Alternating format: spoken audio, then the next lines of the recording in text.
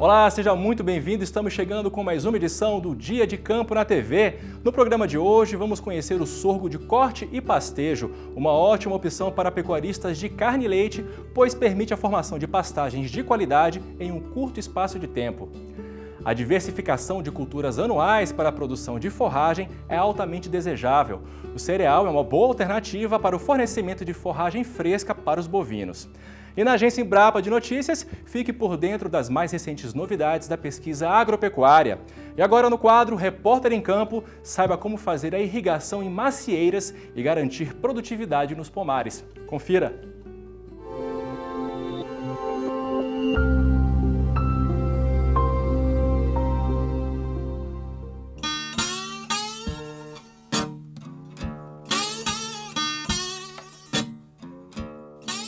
O consumo da água pela macieira é influenciado principalmente pela temperatura, radiação solar global, déficit de pressão e vapor e umidade relativa do ar. Além disso, diferenças no tamanho e na forma das copas causam diferenças significativas na transpiração e na eficiência. Os solos da região sul do Brasil, nas áreas onde se cultiva macieira, são predominantemente latossolos, com textura argilosa, de ocorrência nas regiões de vacaria. Estes solos, em função de suas características, apresentam alta capacidade de retração com a perda de umidade. Nós estamos aqui numa área implantada de macieira com irrigação, desde o início da implantação do pomar, visando obter melhores resultados em função da disponibilidade de água, uma vez que em diversos momentos do ciclo vegetativo da planta ocorrem períodos de falta d'água. Justamente esses períodos acabam complicando a vida da planta, tendo um menor desenvolvimento. Uma grande diferença que se tem entre a área irrigada e não irrigada de macieira é que na área irrigada tem-se mais número de ramos do que a área não irrigada. Aqui vemos a área não irrigada, onde temos uma série de espaços sem ramificação, o que significa perda de produção. Um dos pontos mais importantes para utilizar um sistema de irrigação é fazer o monitoramento correto, quando será necessário usar os equipamentos de precisão como a tensometria, onde diariamente é feita a leitura do solo. Para definir a necessidade de água através da irrigação, se usa tensiômetros. Esses tensiômetros, que são nada mais do que hastes com a cápsula porosa no final, medem a necessidade de água que o solo apresenta. Eles são instalados em diferentes profundidades, por isso tem diferentes tipos de tensiômetros, e através do equipamento se mede qual é a tensão de água no solo. Aqui a gente tem tensiômetros instalados e através de um equipamento, que é o tensímetro, se faz a avaliação da necessidade ou não de irrigação. Aqui nós vamos colocar agora o tensiômetro, ele está zerado, não tem nem leitura nenhuma. E já temos aqui a leitura de 13, quase 14 bares, que significa que nós precisaríamos já nesse momento de entrar com a irrigação. Então, em função desta leitura, se define a necessidade ou não de irrigação. Essas leituras são feitas diariamente, que permite ao produtor, ao técnico, definir quando e qual a quantidade a aplicar. Qual é essa profundidade? E nós temos aqui na profundidade de 20 centímetros, nós temos em diferentes profundidades, aqui esta leitura aqui de 13,7, 13,8 indicam já a necessidade, significa que o solo já está seco. Para definir a necessidade de irrigação do pomar, se utiliza diferentes tensiômetros em diferentes locais do pomar, onde, a partir da média desses tensiômetros, se define a quantidade e o tempo de irrigação. Para a avaliação do efeito da irrigação e da fertirrigação na cultura da macieira, foram instalados pomares com sistema de irrigação localizada por gotejamento, sendo utilizadas duas mangueiras, uma para aplicação da água de irrigação e uma para aplicação dos fertilizantes via fertirrigação.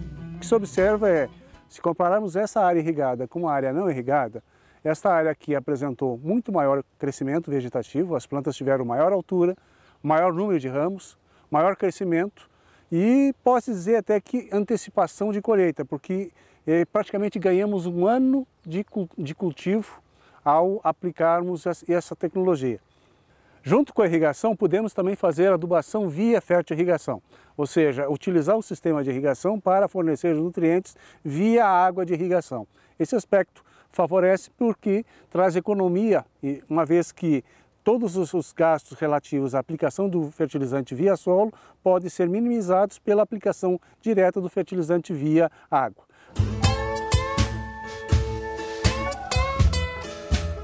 Logo após o término de um período de chuvas, a água armazenada no solo é utilizada por um determinado período, de modo que somente ocorrerão deficiências hídricas após uma redução da água do solo. Desta forma, as deficiências hídricas podem contribuir negativamente para a produtividade e qualidade do sistema produtivo da macieira. Os resultados que a gente tem mostram que a irrigação, principalmente em anos de seca, favorece que o fruto tenha um maior tamanho e uma melhor coloração, ou seja, a película da fruta é mais vermelha. Uma das vantagens de ter uma área irrigada é a produção. No primeiro ano, a produção é bem superior à área não irrigada. Os dados mostraram aí que chegarmos até 80% a mais de produção para o primeiro ano de produção, ou seja, a produção na área não irrigada variou entre 2 a 3 toneladas, enquanto aqui variou de 15 a 17 toneladas. O que é extremamente interessante para o produtor, porque esta primeira produção já paga o sistema de irrigação. Além dos outros benefícios de maior crescimento, maior estabilidade da planta, maior estrutura de formação da planta que vão beneficiar ao longo do ciclo vegetativo.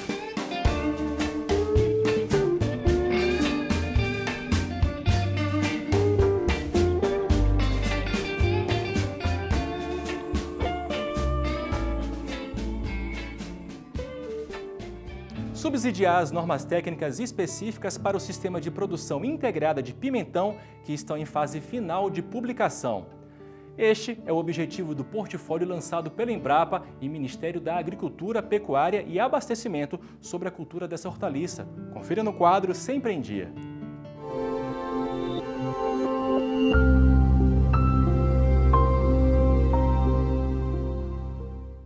O portfólio ele foi o resultado de 3 anos de pesquisa e desenvolvimento que foi feito durante a elaboração do termo de cooperação entre o Ministério da Agricultura e a Embrapa Hortaliças para justamente desenvolver tecnologias e informações que pudessem basear a aplicação das normas técnicas no campo.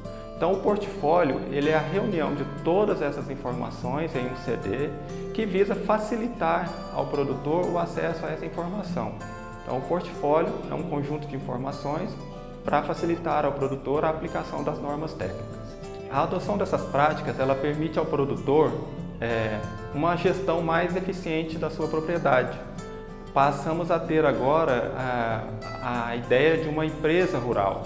Então, muitas vezes o que se vê é que o produtor ele não tem noção do que está gastando, se ele está realmente tendo lucro na sua propriedade. Com a produção integrada, existe uma gestão mais eficiente, existe uma gestão dos recursos, dos insumos, existe um menor desperdício por parte do produtor, pois todas as ações que ele executa devem ser baseadas em critérios definidos. Então há uma economia de insumos de maneira geral. Com a execução das normas técnicas, o que ocorre é uma redução do número de aplicações de inseticidas, porque com a produção integrada, o uso do manejo integrado de pragas, por exemplo, ele é obrigatório. Então existe um monitoramento de pragas que faz com que o produtor só aplique produtos químicos quando for realmente necessário, ou seja, quando a praga estiver causando um dano. Então a produção integrada ela não faz restrição ao tamanho da propriedade. Então, por exemplo, no nosso caso do pimentão, que a agricultura é basicamente familiar, a produção integrada se encaixa perfeitamente e vai permitir a esse produtor a obtenção de frutos de qualidade, de alta competitividade, totalmente seguros e de forma que ele possa competir de igual a igual com qualquer outro produtor, que seja grande ou pequeno. O consumidor vai ser um dos elos mais beneficiados pela produção integrada, porque o consumidor vai obter no supermercado, por exemplo, um produto devidamente embalado, com a garantia de qualidade, padronizado e totalmente livre de resíduo químico. A produção integrada ela não existe apenas para a cultura do pimentão. Na verdade, a produção integrada ela teve início com o cultivo de frutíferas para exportação. E de lá para cá ela ampliou o escopo e hoje ela abrange não só frutíferas, mas também hortaliças e inclusive até animais também. Então a produção integrada hoje na parte de hortaliças ela já está abrangendo o tomate, o melão e mais recentemente agora o pimentão, que está em fase final de elaboração de normas. Na primeira reportagem você vai conhecer uma nova opção de sorgo para implantação rápida de pastagens de qualidade, os híbridos de sorgo de corte e pastejo. Esses híbridos garantem a estabilidade de produção de leite e de carne a um custo mais reduzido quando comparados à silagem e ao feno. Acompanhe. O sorgo é um cereal de origem africana e que vem conquistando produtores de todos os continentes, não só pela sua facilidade de produção, mas também pelas suas qualidades nutritivas, tanto para a alimentação humana quanto animal. No Brasil, os grãos de sorgo têm sido aproveitados principalmente como ingredientes para rações de bovinos, aves e suínos, e suas plantas são utilizadas para silagem, pastejo direto, corte verde e feno. Atualmente, uma boa opção para os pecuaristas é o plantio de híbridos de sorgo de corte e pastejo.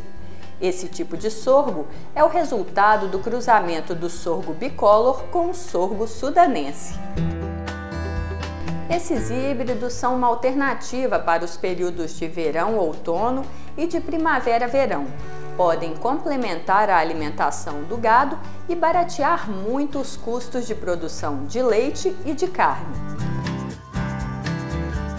O sorgo de corte pastejo é uma cultura de rápido estabelecimento e crescimento vegetativo. É resistente à seca, tem grande rusticidade e pouca exigência quanto à qualidade do solo. O pesquisador José Avelino Rodrigues, da Embrapa Milho e Sorgo de Sete Lagoas, Minas Gerais, explica as principais características do sorgo de corte pastejo. O sorgo de pastejo é uma excelente alternativa para a formação de pastagem e uma pastagem de alta qualidade em um curto espaço de tempo. O sorgo de pastejo é o resultado do cruzamento do sorgo bicolor com o sorgo sudanense. Ele herdou do bicolor a qualidade da forragem e a produtividade. E do sorgo sudanense, ele herda a capacidade de estabelecimento e o perfilhamento. Então, se você analisar uma pastagem formada com os forragens tradicionais, tipo braquiária, tipo os pânicos, gasta no mínimo 90 dias para você fazer um pasto, ou seja, para você colocar os animais para pastejar. Quando você faz um pasto com sorgo de pastejo, ele com 30 a 45 dias, nas condições tropicais, ele está no ponto de pastejar, ou seja, 1 metro, 1,20 metro de altura. A capacidade de perfilhamento é uma característica muito interessante do sorgo de pastejo. Por quê? Logo no primeiro plantio, ela perfilha, e ela perfilhando vai aumentar a sua produção, vai cobrir mais a sua área, e logo você vê mais isso perfeitamente após o primeiro corte, o primeiro pastejo. É que logo a sua lavoura está formada, seu pasto está todo formado, a sua área está toda coberta. Porque de uma planta ela chega a formar, vira 6, 8, 10, até mais plantas. Por isso que o perfilhamento é muito importante.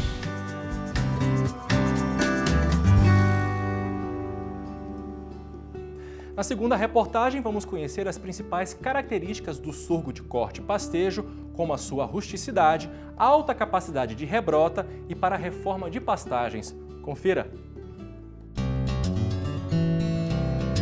Os híbridos de sorgo de corte e pastejo já são muito utilizados em países de tradição pecuária, como os Estados Unidos e a Argentina. No sul do Brasil, esses híbridos são utilizados para pastejo direto em plantios de verão.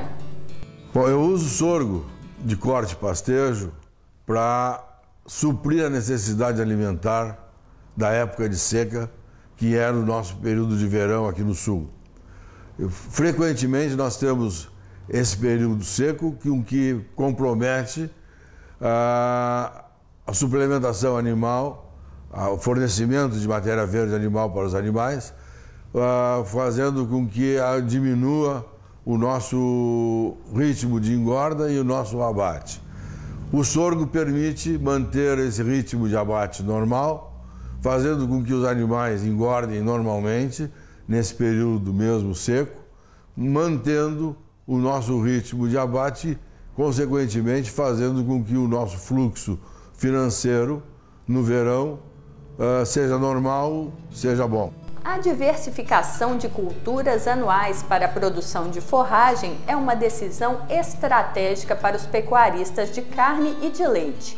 A utilização da cultura do sorgo como pastagem, ou seja, como forragem fresca nos períodos de verão, outono e de primavera-verão, propicia um aproveitamento mais racional dos recursos disponíveis na propriedade.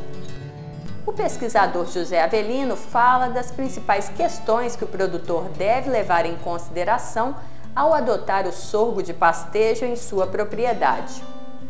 Tem alguns pontos que nós gostaríamos de chamar a atenção. O primeiro deles é a pastagem formada com sorgo de pastejo é uma pastagem temporária, ou seja, hoje nota-se que o máximo é você ter primeiro, segundo, no máximo terceiro ciclo.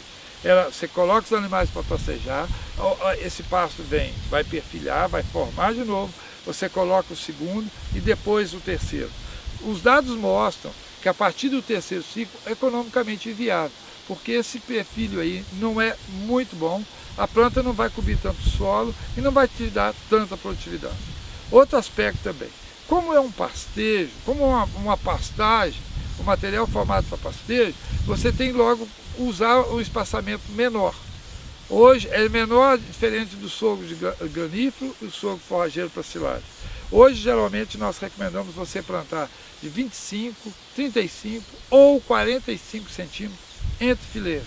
Você vai aumentar um pouco mais da quantidade de semente por metro, ou seja, você vai colocar até 20 sementes por metro, porque o seu pasto forma muito mais rápido, ele vai cobrir mais o solo. Outro aspecto que temos que levar em consideração é o momento que você coloca os animais para pastejar. O ponto ideal é quando a planta está a 1 metro, 1,20 metro, quando ela tem uma grande produtividade, uma ótima qualidade e você não tem outros problemas com os animais. Então você deve colocar os animais com 1 metro, 1,20 metro de altura. Outro aspecto, você não deve colocar quando as plantas estão muito altas, somente depois que ela já soltou a panícula. O sorgo de corte pastejo também pode ser uma boa opção para a reforma e recuperação de pastagens. Essa área que a gente está trabalhando é o piquete maternidade, uma área de aproximadamente 1 hectare. E estava precisando realmente ser reformado. E aí a gente enxergou uma área ideal para poder fazer o trabalho, né? Uma oportunidade mesmo. Os animais vão entrar aqui e devem sair dentro de uns 2 ou 3 dias, quando o sorgo tiver com altura em torno de 20, no máximo 30 centímetros de altura. E atualmente eu sou responsável pelo rebanho experimental 3/4 holandês G do campo experimental Santa Rita, da EPAMIG Centro-Oeste. E para a gente é uma oportunidade e uma satisfação poder participar desse trabalho em parceria com a Embrapa. Sorgo de corte pastejo, mais uma alternativa tecnológica para a agropecuária brasileira. Gostou do assunto de hoje e quer saber mais? Então entre em contato com a Embrapa Milho e Sorgo em 7 Lagoas, Minas Gerais. O telefone é código de área 31 3027 1100.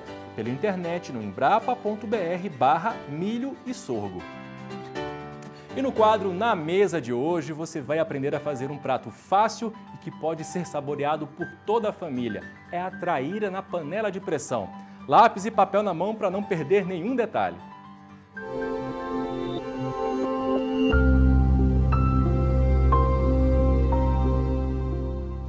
Olá, amigos! Hoje nós vamos apresentar uma receita tradicional aqui da família, da região, da família Schiavon, que é um peixe que é feito na panela de pressão.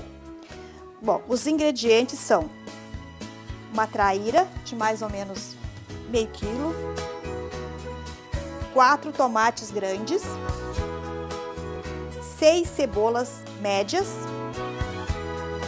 um pimentão vermelho, sal a gosto, sal temperado a gosto, uma xícara de vinagre e uma xícara de óleo de cozinha. Bom, modo de fazer, a dona Nelda que vai preparar a nossa receita. Em primeiro lugar, o óleo, uma xícara de óleo bem quente na panela de pressão, tá? Depois, as cebolas em rodela.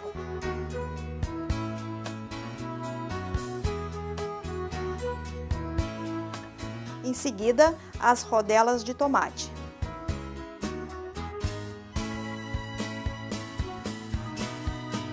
Em seguida, o sal temperado.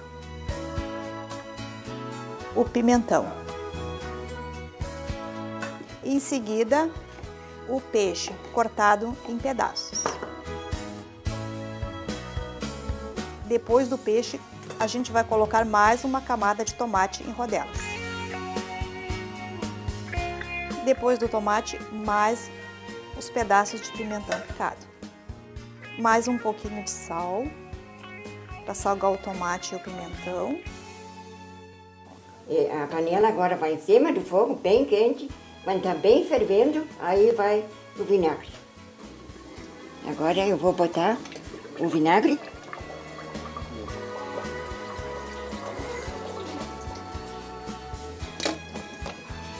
Que ferve 1 hora, tá pronto.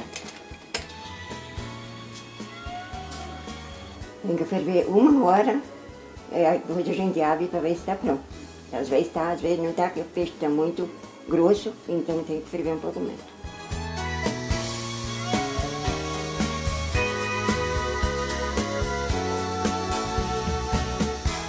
Depois de 1 hora de cozimento, está pronto o nosso peixe, a nossa receita de família, que é o peixe na panela de pressão.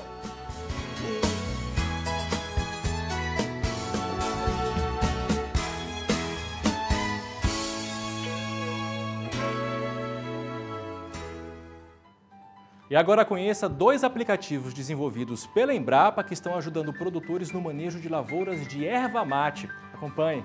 A erva mate é uma espécie florestal presente no Paraná, Santa Catarina, Rio Grande do Sul e Mato Grosso do Sul, com forte impacto na economia agrícola destes estados. Por ser uma espécie nativa, nestes estados a erva mate pode ser explorada economicamente também na reserva legal das propriedades rurais, conforme previsto no Código Florestal. Bastante consumida na forma de chimarrão e chá, em especial nos estados do sul do país, a cada dia aumenta o interesse do mercado internacional pelas propriedades desta planta, como teor de cafeína e teobromina.